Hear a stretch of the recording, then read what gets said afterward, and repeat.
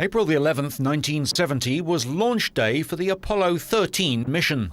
James Lovell, commander, Fred Hayes, lunar module pilot, and John Swigert, command module pilot, were poised to further man's exploration of the moon. With all systems go, the Apollo 13 project began its climb into space and entered Earth orbit to dock with a lunar landing module called Aquarius. After the docking, the two coupled spacecraft began their journey towards the moon.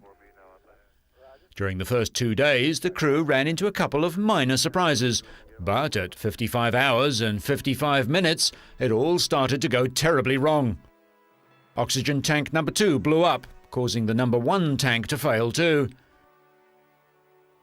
Jack Swigert radioed back, "Houston, we've had a problem here." Okay, Houston, we've had a problem here. This is Houston. Say again, please. Houston, we've had a problem. Indeed, the crew did have a problem. The command module was dead. The Apollo 13 command module's normal supply of electricity, light and water was lost. They were about 200,000 miles from Earth and heading further away by the second. It was decided that the only option was to use as many of the lunar module's appliances as possible.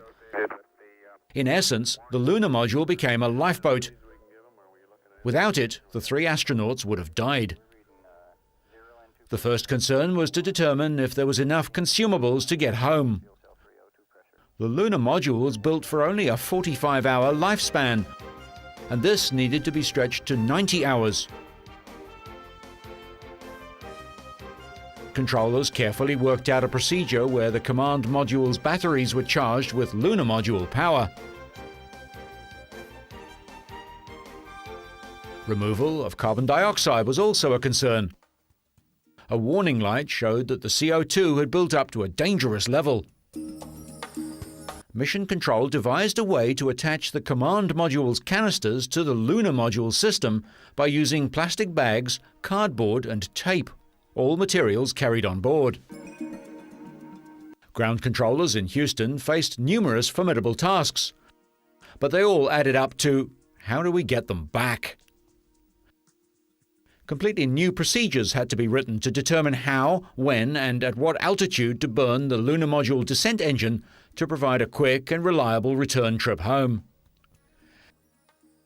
At this point, Apollo 13 was still on its way to the moon, and for any chance of success, it had to round the moon before it could return home. Ground Control computed a 35-second burn and fired it up 5 hours after the explosion. As they approached the moon, another burn was computed, this time a long 5-minute burn to speed up the return home. Now the craft was at least heading in the right direction, towards Earth. More problems were overcome on the way home, but the big moment was when the command module had to be powered up for re-entry. It was full of condensation, and electrical problems were a real concern. However, everything went as planned, and hopes were now high. 4 hours before landing, the crew shed the service module. It was in this module that the explosion took place, and for the first time the astronauts could see the near-fatal damage that had crippled their command module.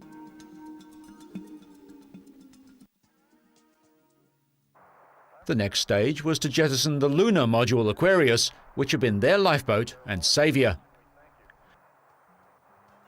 Then began the re-entry, and the crew of Apollo 13 splashed down gently in the Pacific Ocean near Samoa.